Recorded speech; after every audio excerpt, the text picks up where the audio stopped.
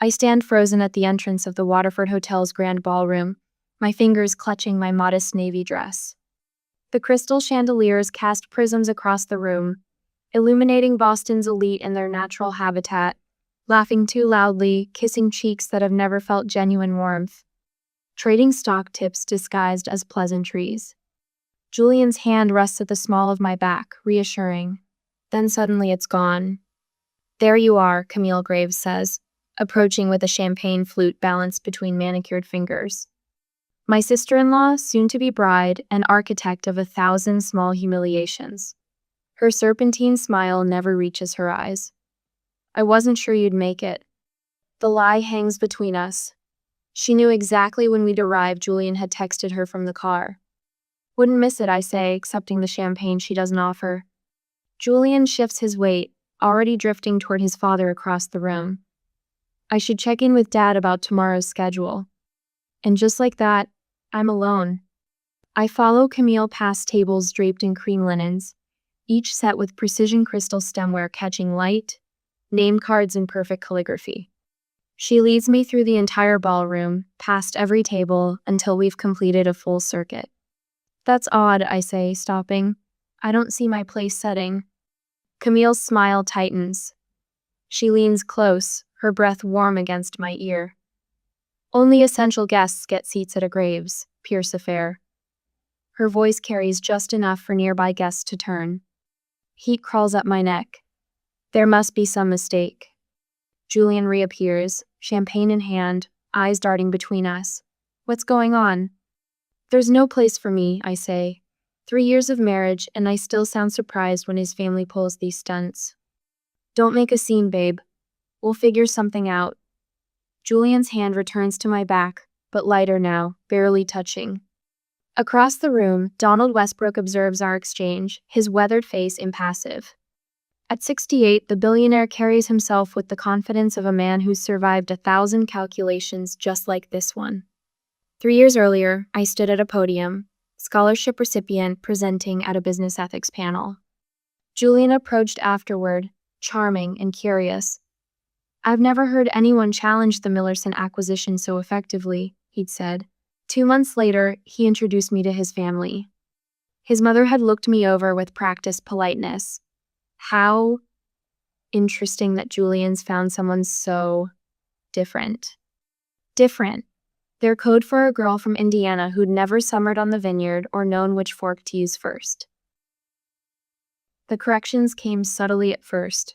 Julian's mother guiding my hand to the correct water glass. His father interrupting my stories with, "What Marley means to say." Camille's constant little jabs pointing out my quaint upbringing, my adorable attempts to understand their world. And Julian slowly surrendering. First defending me, then deflecting, finally joining their gentle mockery. "Marley's still learning," he'd say, as if my entire life before him had been mere preparation for the glory of becoming a proper Graves.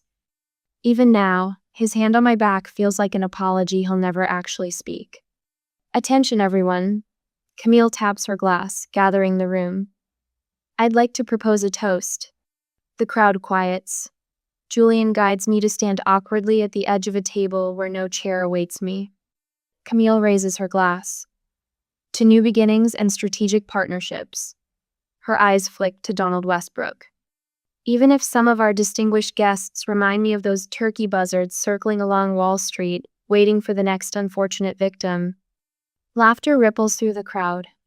Gregory Graves, my father-in-law, laughs loudest, his eyes fixed on Westbrook's reaction. The old man doesn't flinch. His gaze remains steady, calculating, cold.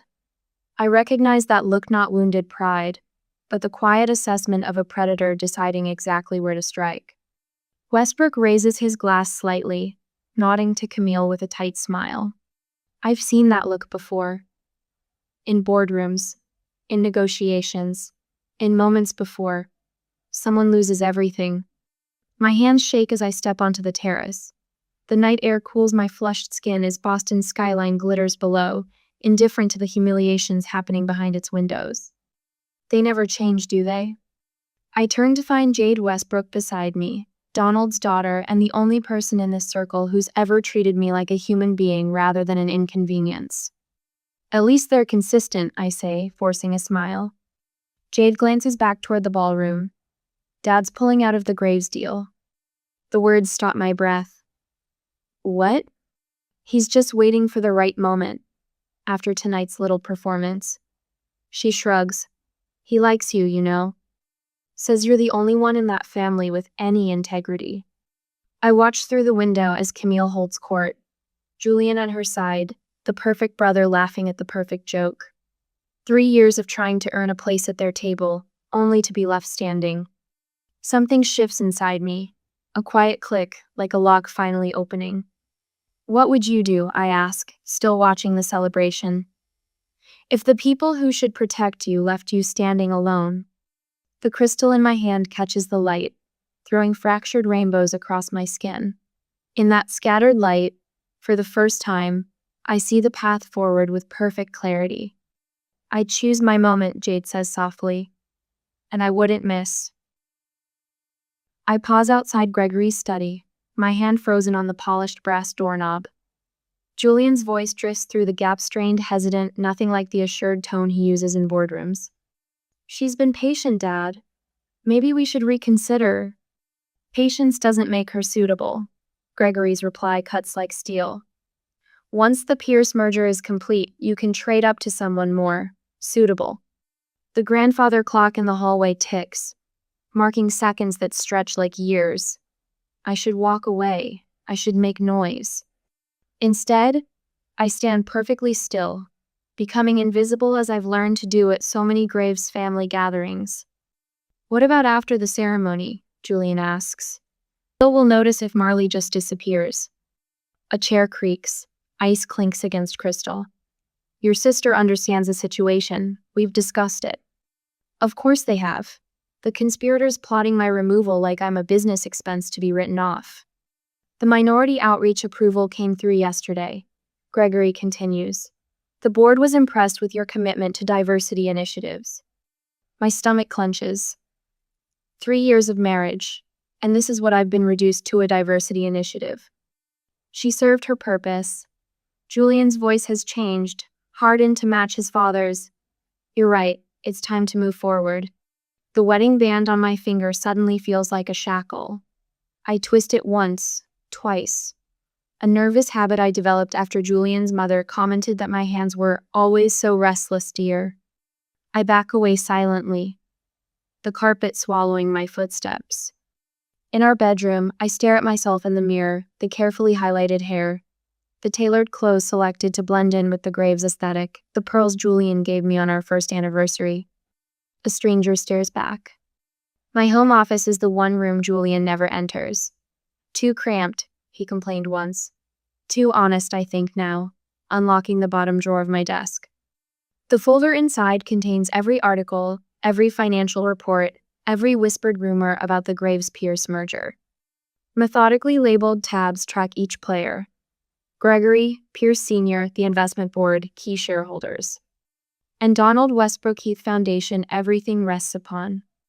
My laptop screen glows as I dig deeper, searching databases Julian doesn't know I can access. 3 hours later, the picture clarifies. The merger's entire structure depends on Westbrook's backing his capital, his influence, his seal of approval. A new tab reveals an unexpected connection. 4 years ago, Camille pitched herself for a position at Westbrook's foundation. Her application letter drips with false humility and calculated charm. Next page, Westbrook's polite rejection. The following pages tell the story through society columns and business journal, quotes Camille's systematic campaign to mock Westbrook's philanthropic efforts. Outdated approaches, she called them. Throwing good money after bad causes. I print everything, adding it to my growing file. My phone buzzes. Jade Westbrook's name flashes on the screen. I was about to call you, I say. Beat you to it. Her laugh carries none of the artificial lilt that Camille's friends affect. Dad mentioned seeing you at the rehearsal dinner. Standing room only? The memory stings less than it should. I need to understand exactly what your father knows about the Graves family. Silence stretches between us. When Jade speaks again, her voice has lost its lightness. Did something happen, besides Camille being her usual charming self? Let's just say I'm conducting due diligence on my investment. The line goes quiet. I can almost see Jade weighing her options, assessing risks. The Westbrooks didn't amass their fortune by being careless with information. Camille's been spreading rumors, she finally says, about Dad's health, suggesting investors should be concerned about his ability to maintain his holdings. My pen taps against the desk. To devalue his position before the merger announcement. Precisely. I close my eyes, seeing the web of manipulation clearly now. Some people only learn respect when they lose everything. That sounds ominous, Jade says, but her tone suggests approval rather than concern. Just thinking aloud, I flip through my notes. How vulnerable is the Graves-Pierce empire really, if someone wanted to apply pressure? Hypothetically speaking, the smile in her voice is unmistakable. I could put together some information. For educational purposes. I'd appreciate that. After we hang up, I schedule a meeting midnight, the Star Diner on Route 9, far from the usual Graves haunts. The kind of place Julian would never set foot in. I spend the next 3 hours calculating exactly how much leverage I need, how many pieces must align. The Graves family built their reputation on appearances, the perfect home, the perfect children, the perfect connections. Remove one support beam and the entire structure trembles. Remove the cornerstone, and it collapses entirely. At 11:30 p.m., Julian sleeps beside me, his breathing deep and regular, confident, secure. The man who hours ago agreed I had served my purpose. I slip from the bed without disturbing him, and stand by the window, phone in hand. Donald Westbrook answers on the second ring. Mrs. Graves, I've been expecting your call. If you're going to walk away, I say without preamble, do it while they're distracted. A pause. Then a low, appreciative chuckle rumbles through the line. Timing is everything, my dear. Yes, I say, watching Julian's oblivious form in our marriage bed. It certainly is. The morning sun casts long shadows across the manicured lawn of the Graves estate. I fold wedding programs with mechanical precision, while caterers scurry through the grand foyer like ants preparing for winter. 3 years in this world, and I still feel like an anthropologist studying a foreign culture. Marley, dear, could you please check if the florist delivered the correct shade of peonies? Eleanor Graves doesn't look up from her clipboard, her voice tight with the strain of perfection. Camille was very specific about wanting blush, not pink. Of course. I smooth my skirt and rise from the antique settee. The distinction between blush and pink seems absurdly important today. Julian rushes past me, phone pressed to his ear, pausing just long enough to plant a distracted kiss on my cheek. Camille's having a crisis with the florist. I need to. I know. Your mother just asked me to check. I catch his arm. Maybe we could have lunch once things settle? Not today, babe. He squeezes my hand before pulling away. Too many fires to put out. The moment he disappears, my phone buzzes. A text from Westbrook. It's done. Watch the news at noon. My fingers tighten around the phone. 5 words that will alter the trajectory of the Graves dynasty forever. Yet the world around me continues its frantic preparation, oblivious to the approaching storm. I slip the phone into my pocket and head toward the East Wing, where Julian set up his temporary office. The door stands ajar. His laptop glows on the mahogany desk, abandoned in his rush to solve Camille's latest catastrophe.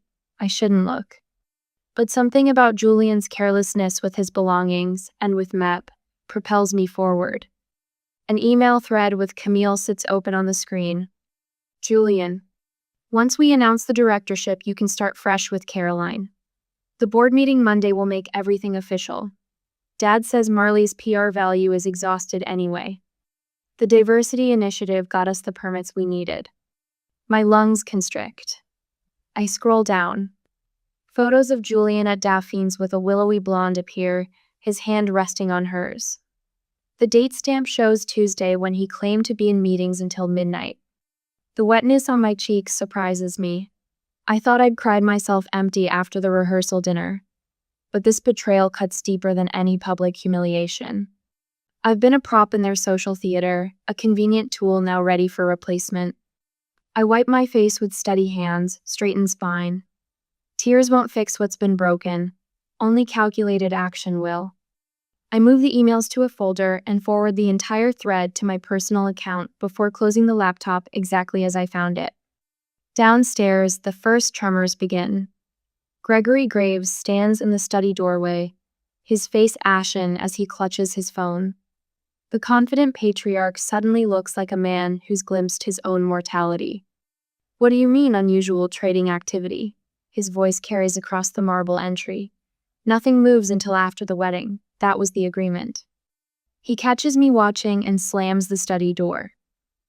Within minutes, men in dark suits arrive through the side entrance. The family's financial team never uses the front door. They rush past without acknowledging me, as always.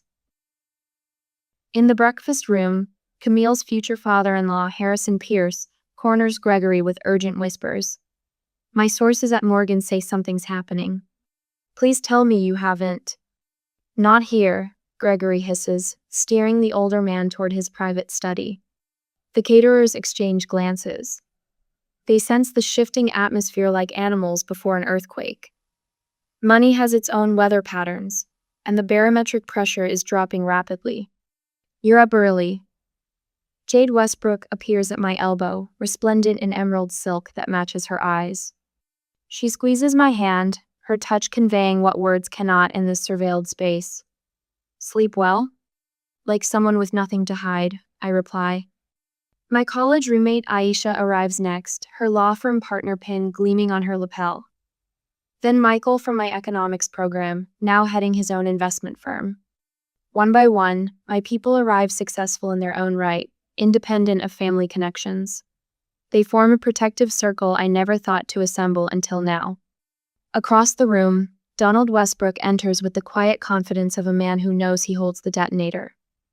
His RSVP had been a regretful decline until yesterday. Gregory's face tightens at the sight of him, a muscle jumping in his jaw. "What's he doing here?" Camille hisses at Julian, not bothering to lower her voice.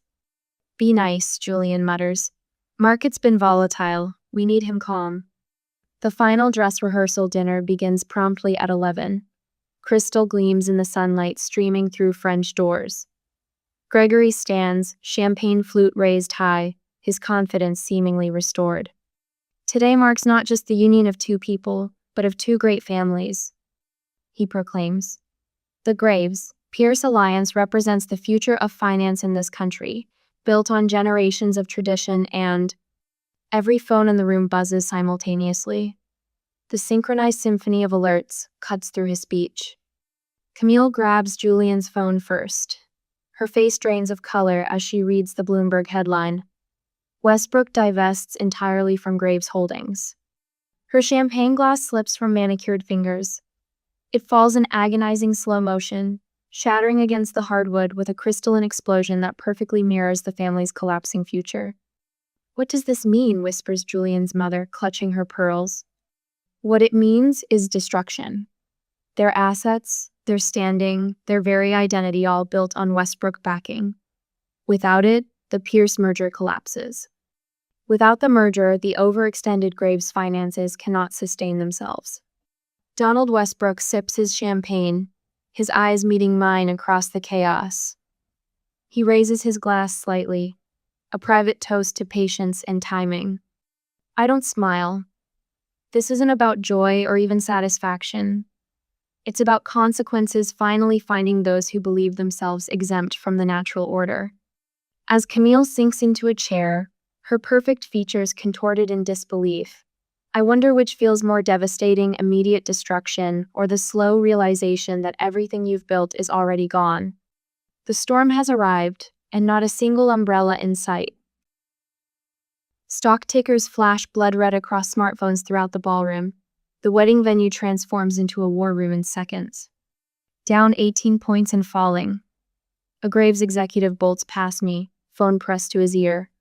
Get our positions covered. I sip my champagne, watching chaos bloom.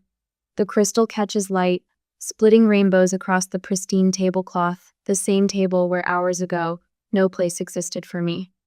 Across the room, Landon's father clutches his chest, his face ashen. I can't breathe, he gasps.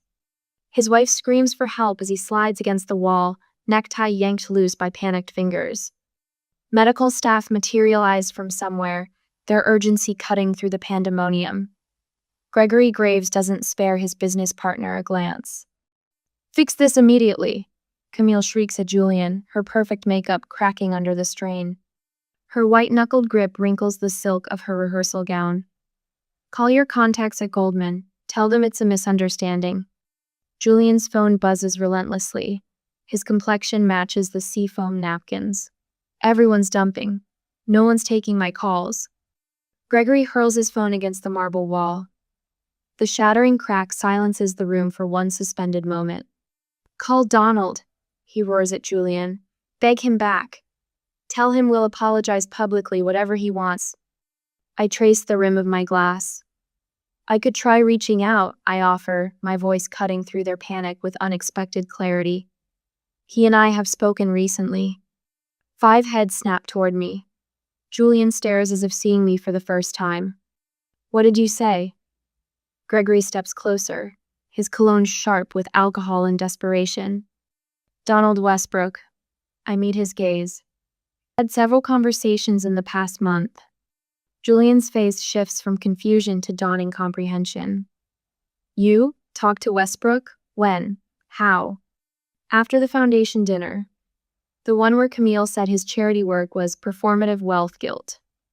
I set my glass down with a gentle click. He found my perspective on ethical investment refreshing. Gregory grabs my elbow, fingers digging into skin. Whatever he wants, he whispers hoarsely. Tell him he can name his price. I glance at his hand until he releases me. Pierce Sr. taps a knife against Crystal, commanding attention. His voice cuts with the precision of a surgeon performing an amputation without anesthesia. In light of today's financial developments, tomorrow's celebration will be postponed indefinitely. Each word falls like an executioner's axe. Camille crumples. Not gracefully, like in movies, but with the unhinged abandon of someone watching their life's architecture collapse. Her wail pierces the charade of composure everyone else maintains. Daddy, fix it. She pounds her father's chest with manicured fists. This is my day, mine. I catch Jade's eye across the room. Her slight nod acknowledges our shared witness to this implosion. Julian's phone rings. He steps away to answer, returns ghost white. The board wants an emergency meeting. They're questioning my position in light of recent events. Your position? He spits the words. The company's hemorrhaging millions by the minute. That's exactly why, Julian whispers. They're saying we need fresh leadership untainted by the Westbrook situation. My phone vibrates. I check the notification, a Bloomberg alert. Westbrook Industries divests entirely from Graves Holdings. Multiple investors follow suit. The room's attention gravitates to various screens. A financial analyst on CNBC speaks with barely contained excitement. What makes this extraordinary is the timing. Westbrook didn't just pull out, systematically informed every major financial outlet simultaneously. This was impulse. This was execution. Who does he think he is? Gregory seethes. Social media already buzzes with hashtags. Graves' mistake and wedding crash trending side by side. My phone rings. Westbrook's name illuminates the screen. I answer, moving toward the terrace where I can speak privately. Marley. His voice carries the satisfaction of a chess master announcing checkmate. I believe you mentioned an ethical investment concept last month. Something about sustainable manufacturing with minority leadership? I did, I confirm, watching Julian search for me through the glass doors. I'd like to discuss funding options. Tomorrow, perhaps? I suddenly find my portfolio with room for new ventures. Julian's mother finds me as I end the call. Her hands, always so steady at charity galas, tremble as they grasp mine. Marley, dear, her voice honeycoats desperation. You must help us. Speak to Donald. Explain it was all a misunderstanding. Gregory appears behind her. We've been discussing board positions, actually. Diversity initiatives. Your background and perspective would be valuable. The same perspective they mocked for 3 years. Camille approaches next, tears streaming. Designer tracks down her cheeks. I never meant those things I said. She sobs. You know how it is, family teasing. We've always considered you one of us. I study her with the same cool assessment Westbrook used hours earlier. Some things can't be undone with words, I say quietly. Sometimes the only language people understand is consequence. Julian watches from across the room, the weight of realization finally settling across his shoulders. Too late, he sees me, truly sees me standing on my own. The Graves mansion feels like a mausoleum. Cardboard boxes line the marble hallways where crystal vases once gleamed. Half-empty bookshelves collect dust. A Monet hangs crooked on the wall, as if the painting itself has given up. I run my fingertips along the dining table's mahogany edge, the same table where I was deemed unworthy of a seat just weeks ago. Now Gregory Graves sits at its head, his once imperious posture collapsed into something resembling humility. Elaine's hands tremble as she pours coffee. Julian paces by the window. Camille is notably absent. Marley? Gregory slides a leather portfolio toward me, his voice pitched to sound warm. We've been doing some thinking about family legacy. My fingers remain folded in my lap. I make him stretch further across the table to deliver his peace offering. These are ownership shares in what remains of Graves Holdings, he continues. A significant stake. We want to make amends. Julian stops pacing and places his hands on my shoulders. The weight feels suffocating. We've always valued your perspective, he recites, the words practiced and hollow. Your insight about ethical business practices, about inclusion. They're exactly what we need to rebuild. His thumb rubs circles against my collarbone, a gesture once comforting, now calculated. I notice something beneath the stack of paperwork. A small black disc, barely visible. A recording device. They're documenting my acceptance for future leverage. My pulse stays steady. I've been waiting for this moment. How interesting, I say, using their favorite dismissive phrase. When exactly did you start valuing my perspective, Julian? Before or after you discussed me as a temporary situation with your father? The pressure of his hands freezes mid-circle. What are you talking about? Elaine whispers. I reach into my purse and pull out my phone. The recording is queued up, their voices crystal clear. Once the Pierce merger is complete, you can trade up to someone more suitable. Gregory's voice fills the room. She served her purpose. Got us that minority outreach approval. Julian's voice follows. I don't need to look up to feel the oxygen sucking out of the room.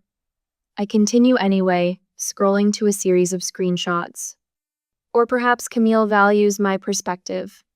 These text messages to you, Julian, about my adorable attempts to use the right fork and backwater accent suggest otherwise. Gregory's face has gone from pale to gray. Marley, we can explain.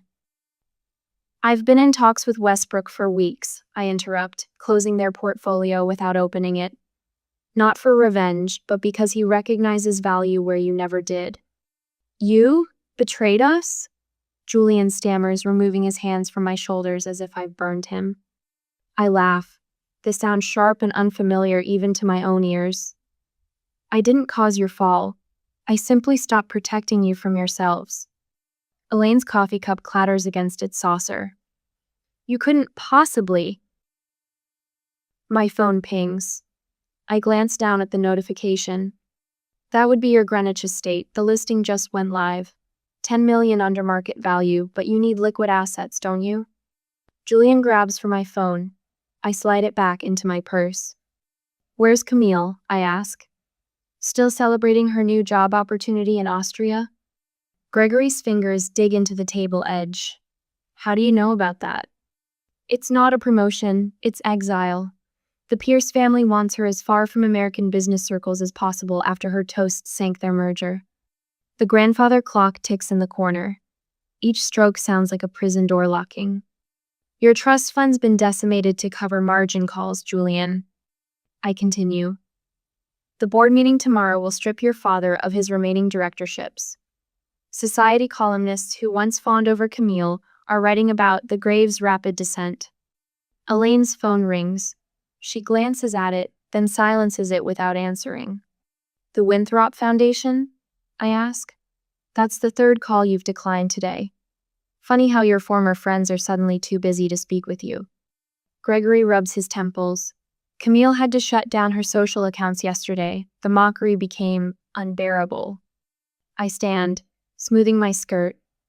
Gregory stares at me, his face collapsed with new lines, looking 10 years older than he did a week ago.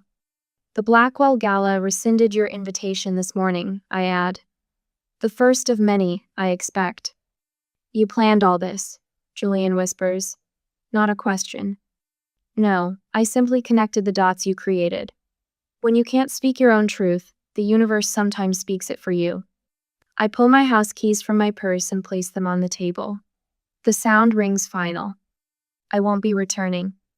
Julian lurches forward, panic breaking through his practiced composure. We can start over. I'll change. I study him, this man I once loved enough to endure 1,000 humiliations. The desperation in his eyes isn't for me. It's for the life raft he thinks I represent. You already did change, I say softly, from the man I loved to the man they wanted. I walk toward the door, my footsteps echoing on the marble floor. Behind me, accusations erupt, Gregory's thundering blame toward Julian, Elaine's tearful insistence that someone call their attorney, Julian's desperate claim that he can fix this. I don't look back. Outside, spring sunlight warms my face. My phone buzzes with a message from Jade. Done? I text back a single word. Free. Is revenge ever truly satisfying, or does it leave us hollow? Standing here, breathing deeply for what feels like the first time in 3 years, I don't feel hollow at all. I feel like myself again. Morning light pours through the bay windows of my Portland brownstone, casting long rectangles across the hardwood floors. My fingers trace the grain of the oak conference table, far cry from the cold marble and crystal that defined my previous life. So we're agreed on the sustainable energy portfolio, I ask, meeting the eyes of my small team gathered in what was once a formal dining room, now my home office. Nadia, our chief analyst, nods. The numbers make sense, and their leadership team has the expertise to scale quickly. Perfect. I smile, catching sight of the framed business license hanging on the wall. Harbor Ethics Partners with Donald Westbrook listed as founding investor. Sometimes I still can't believe how completely my life has transformed in just 12 months. After the team leaves, I open a letter from Jade that arrived this morning. Dad says you're the daughter he always wanted in business, she writes. Coming from him, that's like being knighted. He's never been prouder of an investment. I trace my fingers over the words, a quiet satisfaction settling in my chest. The man whose calculating gaze I first met across a hostile ballroom now trusts me with his legacy. My phone buzzes with a calendar reminder. Volunteer orientation at the First Generation Scholarship Foundation starts in an hour. The irony doesn't escape me, guiding students from backgrounds like mine through the maze of privilege they'll soon encounter. The doorbell chimes as I slip on my blazer. My friends arrive with balloons and a homemade cake, 2 days early for my birthday. We know you're busy tomorrow, says Lynn, arm length through mine. So surprise. They sing off key while I blow out candles, their faces bright with genuine affection. No strategic smiles, no social calculations, just warmth. On my desk sits the newspaper clipping announcing the sale of the Greenwich mansion. Graves Estate sells for 60% below asking, reads the headline. The accompanying photo shows Gregory looking 10 years older, shoulders stooped. Beside it lies Camille's postcard from Austria, unexpectedly reflective. Sometimes I wonder if all of this was worth it. No signature, just her initials. Julian's email sits unanswered in my inbox. The subject line reads, "Closure. Some doors should remain closed." When you're navigating elite circles that weren't built for people like us, remember that their acceptance is less valuable than your authenticity. My words hang in the air of the crowded auditorium. The young scholarship student who asked the question nods slowly, recognition dawning in her eyes. I spent years trying to earn a place at a table where I was never meant to sit, I continue. But the real power came when I built my own. The applause starts softly, then swells. As I stand on the same stage where I once presented as a student, the standing ovation washes over me like a cleansing tide. Later, I signed the final documents for Harbor Ethics Partners investment in a Detroit-based sustainable energy company founded by two brilliant engineers from historically Black colleges. Next week, I'll announce our foundation's donation to the Children's Oncology Foundation, funded by the sale of Camille's seized jewelry collection. The evening settles around me as I work in peaceful solitude, finalizing plans for our community financial literacy program. Reports of Gregory's retirement for health reasons from his remaining business interests crossed my desk this morning. How quickly empires fall when built on shifting sand. The simple band I bought myself after removing my wedding ring catches the lamplight. No diamonds, no family crest, just a silver circle representing the promise I made to myself. Standing on my porch as twilight blankets Portland, my phone lights up with a message from Westbrook. Ready to change the world? I watch stars appear over a skyline so different from Boston's glittering towers. I already have, I whisper to the night air. True revenge wasn't bringing them down, it was rising without them. The text message glows accusingly on my screen, each word a tiny dagger. My hand trembles as I read it again, hoping somehow the words might rearrange themselves into something less cruel. We've decided to keep the wedding small and intimate. We hope you understand. Thanks again for everything. A tear splashes onto my phone, blurring Brooke's name. I wipe it away with my thumb, leaving a streak across the glass. The warm evening light filtering through my Craftsman windows casts a golden glow across my living room, all polished hardwood in carefully chosen furnishings. Everything in its proper place, everything except this ugliness now burning in my palm. Thanks again for everything, I whisper, my voice cracking in the silence. My chest tightens, and I struggle to draw a full breath. The $25,000 check for the venue deposit sits in a cream-colored envelope on my coffee table. Derek and Brooke's dream day, written in my careful handwriting across the front. I'd planned to drop it off tomorrow. I reached for the framed photo beside it, Derek and me at the lake, when I was 12 and he was 14. His arm is slung around my shoulders, both of us squinting into the sun with identical grins. I gripped the frame tightly, remembering how it felt to believe we'd always protect each other.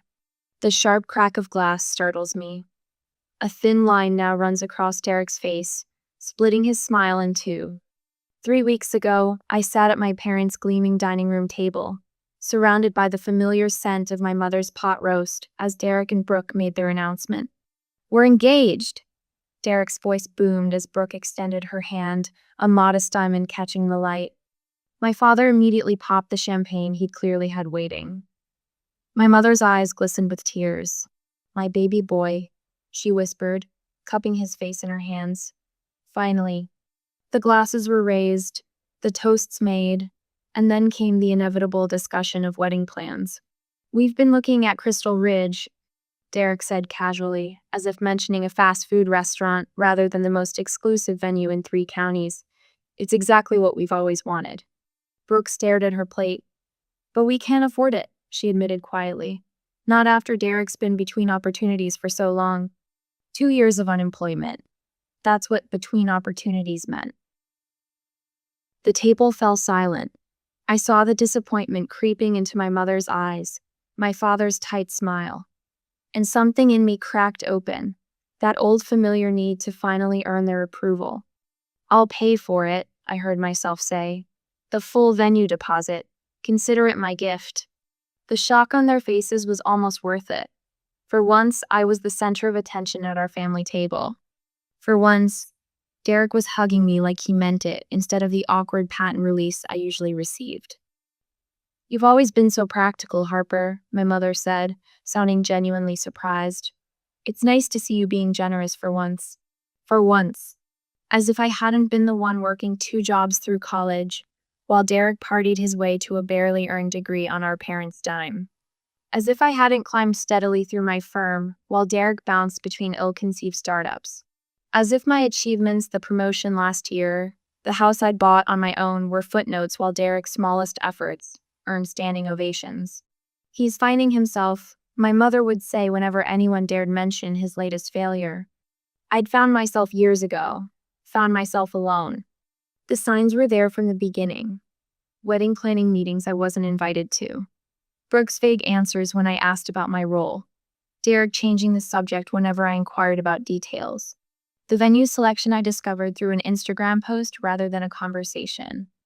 But I ignored them all, kept writing checks, kept hoping. My phone buzzes with another text. Derek this time. "You just don't really match the vibe we're going for. It's nothing personal." Nothing personal. As if excluding the person paying for your wedding could ever be anything but deeply, painfully personal. I call my mother with shaking fingers. "Harper," she answers, irritation already coloring her tone. "What is it?" "Did you know?" My voice sounds strange, hollow. "Did you know they were uninviting me from the wedding?" A heavy sigh. "Don't make this about you, Harper. It's their special day. I'm paying for their special day. Just let it go." My father's voice cuts in from the extension. "You've always been so sensitive." They hang up before I can respond. I walk to my home office, wiping tears with the back of my hand. The folder labeled "Wedding Expenses" sits prominently on my desk. I flip it open, staring at the contracts, vendor agreements, and receipts all bearing my name, my signature. The legal holder of every single arrangement for a wedding I'm no longer invited to attend. For the first time since reading Brooke's text, something shifts inside me. The hurt doesn't disappear, but it moves aside just enough to make room for something new. Clarity. I hold all the power, and they have no idea. My phone feels heavy in my hand as I scroll through old text messages. I need evidence that I'm not crazy, that this betrayal wasn't sudden but methodically planned. There it is, a conversation from 3 months ago. My mother's words leap from the screen. "Derek thinks it might be best if you're not there. You tend to outshine him." I had brushed it off then as another of her offhand comments, the kind that land like paper, cut seemingly small but surprisingly painful. I swipe the screen, eyes burning from a night without sleep. The wedding website loads with a cheerful chime that mocks my raw nerves. Soft pastels frame Derek and Brooke's engagement photo, his arm wrapped possessively around her waist, both beaming at the camera. I scroll to our story and feel my breath catch. After years of saving and planning our dream wedding, the words blur as my vision swims. Derek and Brooke are proud to have created this special day through their own hard work and dedication. Not a single mention of my $25,000 venue deposit. Not one acknowledgement of the catering bill I paid last week. Their own hard work apparently includes cashing my checks. Instagram delivers the next blow. A series of photos appear under the hashtag Brooke's Bachelorette. There's my mother raising a champagne flute at an upscale restaurant. Brooke wearing a rhinestone tiara, surrounded by laughing women I half recognize from family gatherings. Even my cousin Melissa, who I had lunch with just 2 weeks ago, appears in several photos, her arms slung around Brooke's shoulders. No invitation had arrived for me, not even a casual mention that it was happening. I keep scrolling, masochistically cataloging each exclusion. A cake tasting at the bakery I researched and recommended. A venue walkthrough where Derek stands pointing at something while my father nods approvingly. All events I paid for but wasn't deemed worthy to attend. My email pings. A message from Crystal Ridge Events. Miss Evans. Per the groom's request, we've removed your access credentials from our planning portal. All future communications will go directly to Derek and Brooke Evans. Thank you for your understanding. Alan Martinez. Event Manager. The groom's request. I say the words aloud, testing their weight. A notification appears Brooke has accidentally shared her private wedding Pinterest board with me. I open it immediately. There, beneath a photo of bridesmaids in sage green dresses, Brooke's comment stabs deep. Thank God Harper won't be there in one of her power suits making us look bad. Already talked to Derek about making sure she's uninvited. My phone buzzes with Derek's text. Mom and Dad agree it's better this way. My mother follows immediately. Just send the final payment and we'll handle everything. I call my father 3 times. First voicemail. Second voicemail. Third declined. The doorbell rings. Emma stands on my porch, wine bottles in each hand, concern etched across her features. You sounded terrible on the phone, she says, brushing past me. I brought reinforcements. As I show her the texts, the website, the emails, her face hardens. They've been using you your whole life, she says, anger tightening her voice. But this is a new low, even for them. My phone rings Jackson from legal at work. I've reviewed those contracts you sent, he says without preamble. You're legally entitled to cancel everything. Everything? My voice sounds small. Every single vendor. You're the contract holder. Not Derek, not Brooke, not your parents. You. Emma's eyes meet mine. The wedding is in 10 days, she says quietly. 200 guests, I add. If I do this, I'll be the villain in the family story forever. And if you don't, Emma challenges, they'll know they can take whatever they want from me. The realization settles like stone in my stomach. My dignity has a price tag, and apparently it's exactly $25,000. My hand doesn't shake as I dial Crystal Ridge Events. Alan Martinez speaking. This is Harper Evans. I'm calling about my brother's wedding. A pause. Yes, Miss Evans. How can I help? I explain the situation, simply and without embellishment. When I finish, the silence stretches. I'm sorry that happened to you, Alan finally says, his voice softening. Family can be complicated. I haven't spoken to my brother in 5 years.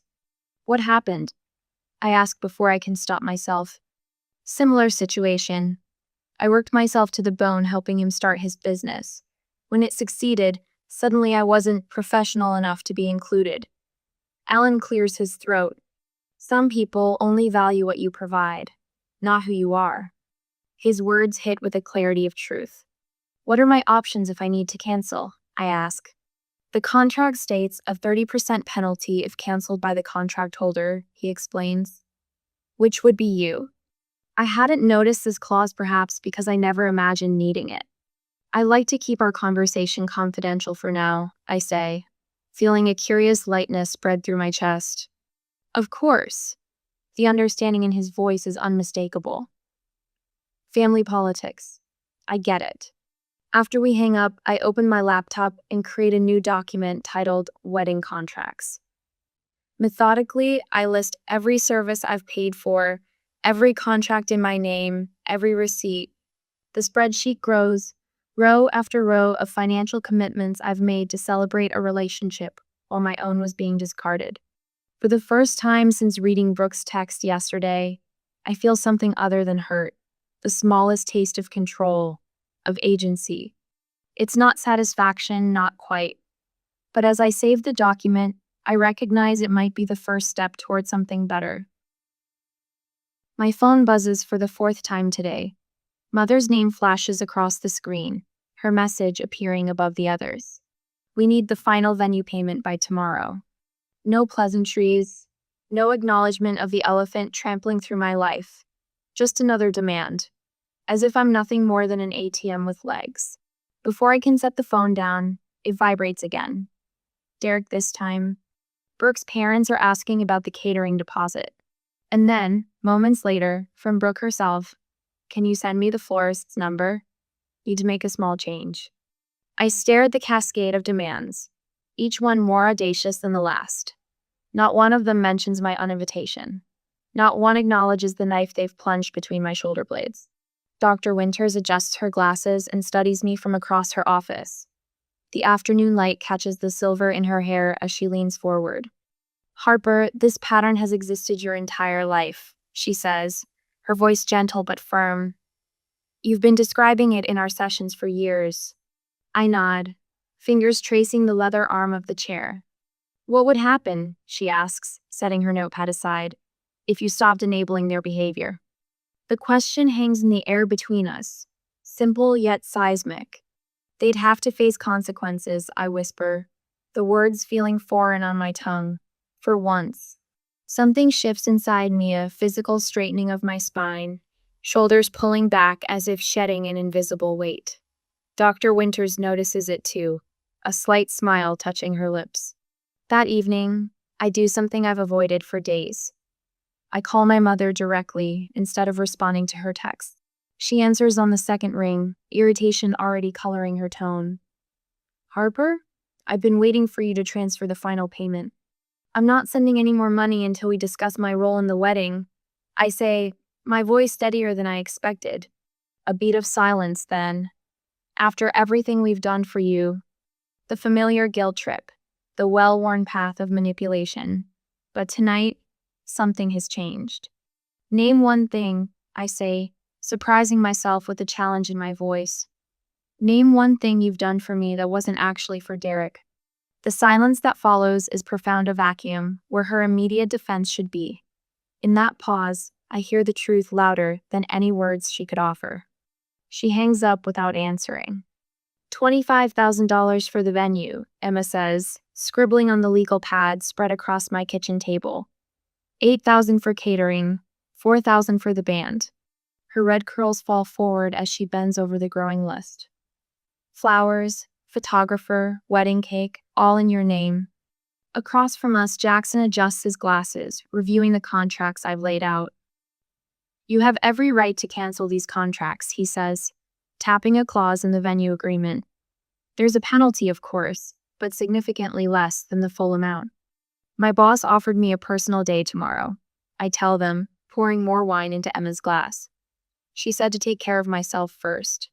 Smart woman, Emma nods. Maria called, by the way. She wanted you to know her brother did the same thing to her last year.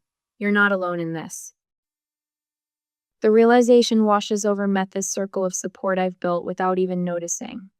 People who value me for who I am, not what I can provide. The next morning, I sit at my desk, phone in hand, a strange calm settling over me. The sunlight streams through my office window, illuminating the folder of contracts before me. I dial the first number. Crystal Ridge Events, this is Alan speaking. Hello, Alan, this is Harper Evans, I say, my voice clear and professional. I'm exercising my right to cancel as contract holder for the Evans-Mitchell wedding. A pause, then understanding. Of course, Miss Evans, I'll need to prepare the paperwork. There will be a cancellation fee of 30%. I understand. Please confirm the cancellation in writing. One by one, I move down the list. Greenfield Catering? I need to cancel services for the Evans-Mitchell wedding. Yes, I'll hold for your manager. Summit Photography? I'm calling regarding contract E-349.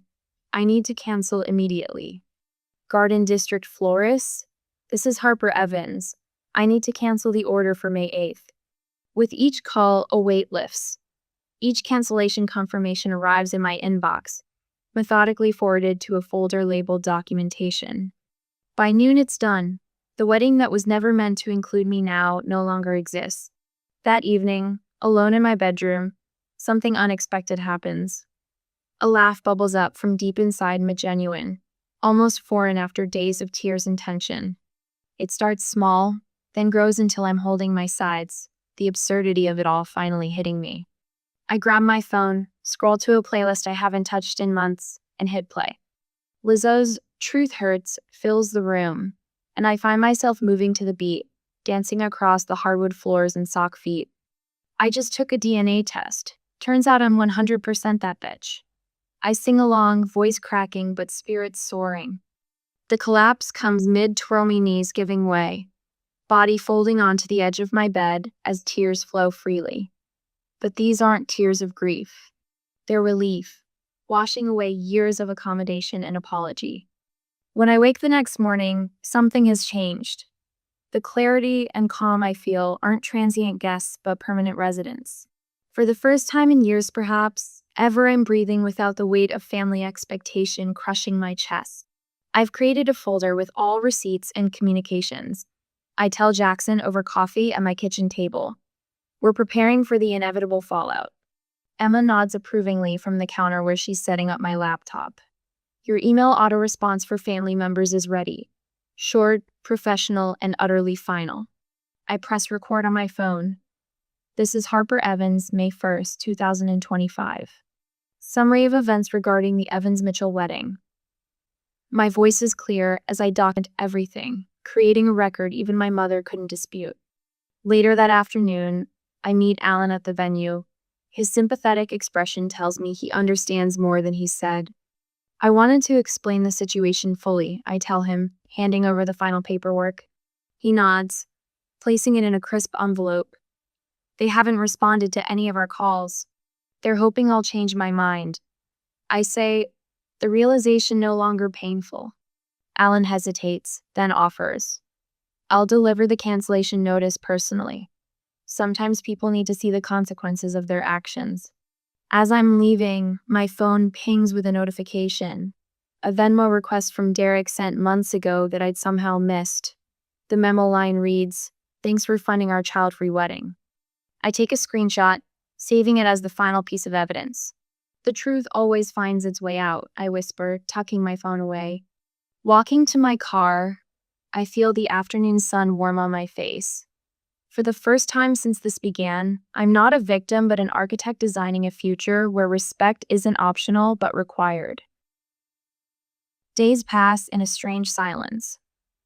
My phone buzzes incessantly with notifications, but I don't respond. Derek, 17 messages. Mom, 23 calls. Dad, 3 Ter's voicemails. Brooke, a flurry of increasingly panicked texts. I place my phone face down on my desk at work and focus on the quarterly projection spreadsheet, numbers lining up in perfect, predictable columns. Behind me, through the glass wall of my office, life continues, colleagues laughing, printers humming, coffee brewing. 2 days until the wedding that isn't happening, and I'm the only one who knows it. Harper? My assistant pokes her head in. You have a visitor. It's Derek barrels past her, face flushed and hair disheveled. Gone is the carefree smile he's perfected over years of avoiding consequences. His eyes dart wildly around my office before landing on me. What did you do? He demands, voice elevated enough that heads turn in the open workspace beyond my glass walls. I straighten in my chair, clasping my hands on the desk.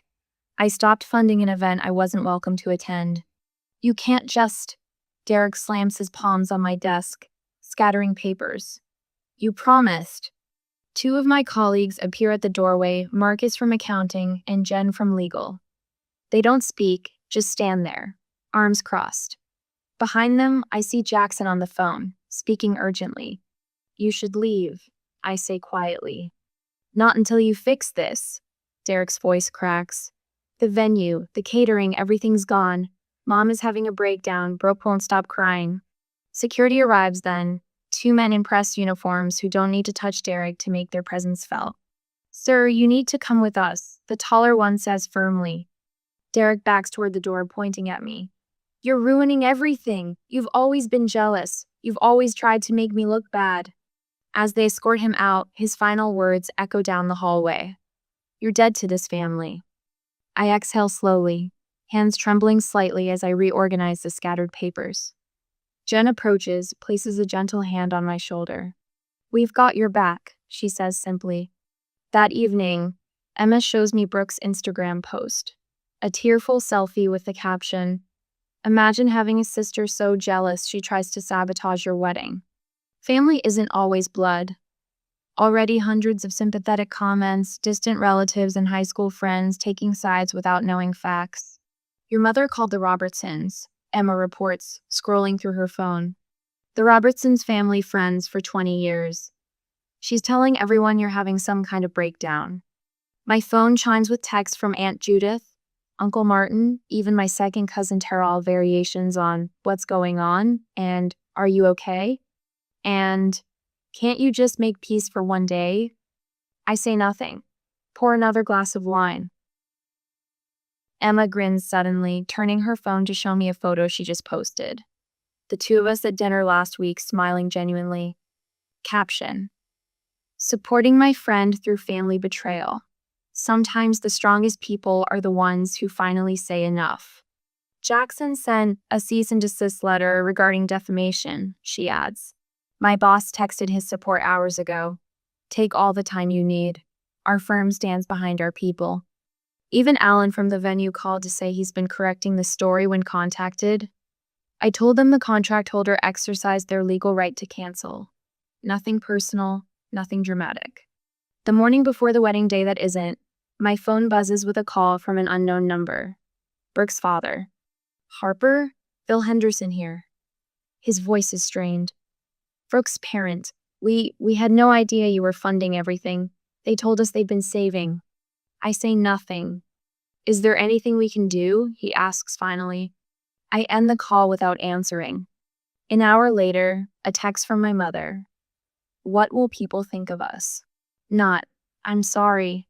Not, we were wrong. But, what will people think? My father's voice comes next, the first time I've heard it in days. Harper, let's talk about this rationally. There must be a solution that works for everyone. Derek's text arrives last. We were wrong to exclude you. Please come to the wedding. We found a backup plan. City Hall tomorrow at 2. We need you there. Each message rings hollow, focused entirely on appearances rather than genuine remorse. I read them all twice, then set my phone aside without replying. When my colleague asks about the situation at lunch, I simply state, I was uninvited from an event I was paying for. No embellishment, no emotion, just facts. That evening, a formal invitation arrives by email cream-colored background. Flowing script, Derek Evans and Brooke Henderson invite you to witness their marriage. City Hall, 2 p.m. When I don't respond, Alan texts, just confirm they're using City Hall at 2 p.m. tomorrow. Small ceremony, reception canceled. I type back, thank you. Will you still be able to deliver the notice? His response comes immediately. Absolutely. As we discussed, I set my phone down and look out my window at the setting sun. Tomorrow, the truth will finally have its moment in the light. Not with drama or vengeance, but with the simple, undeniable weight of consequences finally finding their rightful owners.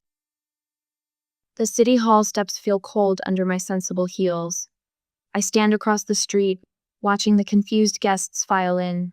Most wear expressions that match their hastily assembled outfits, bewildered, slightly rumpled, questioning. A text message wedding isn't exactly what they had envisioned when they'd marked their calendars for Derek and Brooke's dream day at Crystal Ridge. I check my watch. 1:57 p.m. 3 minutes until the ceremony. 3 minutes until I walk into a room full of people who have no idea I'm the reason they're gathering in this stark government building, instead of the elegant venue with panoramic mountain views I'd selected and paid for. The memory of Derek's text burns in my mind. You just don't really match the vibe we're going for. It's nothing personal. A passing businessman gives me a curious glance, and I realize I've whispered the words aloud, the bitterness leaking out despite my resolve to remain composed. I straighten my charcoal gray dress, simple, elegant, deliberately understated. Nothing that could be accused of outshining the bride. Inside, the scene is exactly as Alan described. A single sad bouquet of convenience store flowers adorns the justice of the piece's podium. 20-some metal folding chairs have been arranged in uneven rows. My parents stand near the front, mother continuously smoothing her silk blouse, as if proper fabric tension might somehow restore order to the situation. Derek and Brooke stand together near the window, their eyes darting to the door every time it opens. The tension radiating from them is almost visible, like heat waves rising from summer asphalt. I slip in quietly, nodding politely to several distant relatives who notice my arrival. The collective exhale from my family is audible even from the back row where I settle myself. Hands folded neatly in my lap. Crisis averted, they think. Harper has come to her senses. Mother rushes over, her pearls clacking against each other in her haste. "Thank goodness you came to your senses," she whispers, the exact words I'd anticipated. Her hand grips my shoulder with unnecessary force, as if she might physically hold me in place should I consider bolting. "We're family," I say simply, the words hollow as a dead tree. Derek appears next, bending close to my ear. "We can talk about rent later," he murmurs, his eyes not quite meeting mine. I wonder if this is his version of an apology, or simply financial damage control. Brooke follows, offering an air kiss near my cheek, careful not to actually make contact. "So glad you could make it," she says, her smile strained to breaking point. No acknowledgement of my exclusion. No genuine remorse. I simply nod. None of them notice that I haven't actually accepted their non-apologies or promised forgiveness. They see what they need to see: compliant Harper. Reliable Harper. Harper who won't make a scene. The justice of the peace clears his throat, and everyone takes their seats. The ceremony begins with all the warmth of a tax audit. Derek shifts from foot to foot. Brooke clutches her bodega bouquet so tightly that a few petals float to the floor. They exchange stilted vows about honor and cherishing, words that sound particularly ironic given recent events. They're midway through the ring exchange when the heavy oak door creaks open. Alan enters, his tailored suit and confident stride drawing all eyes. He carries a cream-colored envelope identical to the one that had sat on my coffee table just days ago. The one that had contained a $25,000 check and all my foolish hopes of family connection. My heart pounds against my ribs as he walks directly to the center of the room. "I apologize for the interruption," Alan says, his voice clear and professional. "I'm Alan from Crystal Ridge Events." The confusion in the room is immediate. Guests exchange glances. Brooke's father half rises from his seat. "This is your official notice of breach of contract," Alan continues, opening the envelope and removing several official-looking documents. He hands copies to both Derek and Brooke, whose faces have drained of all color. "These are the cancellation penalties as outlined in your agreement. The total amount of $8,000 is due immediately to avoid further legal action." He pauses, then adds pointedly, "You should have treated your sponsors better." The silence that follows feels like the moment after glass shatter, suspended, dangerous, irreversible. Brooke's mother is the first to speak. "What is he talking about? What sponsors?"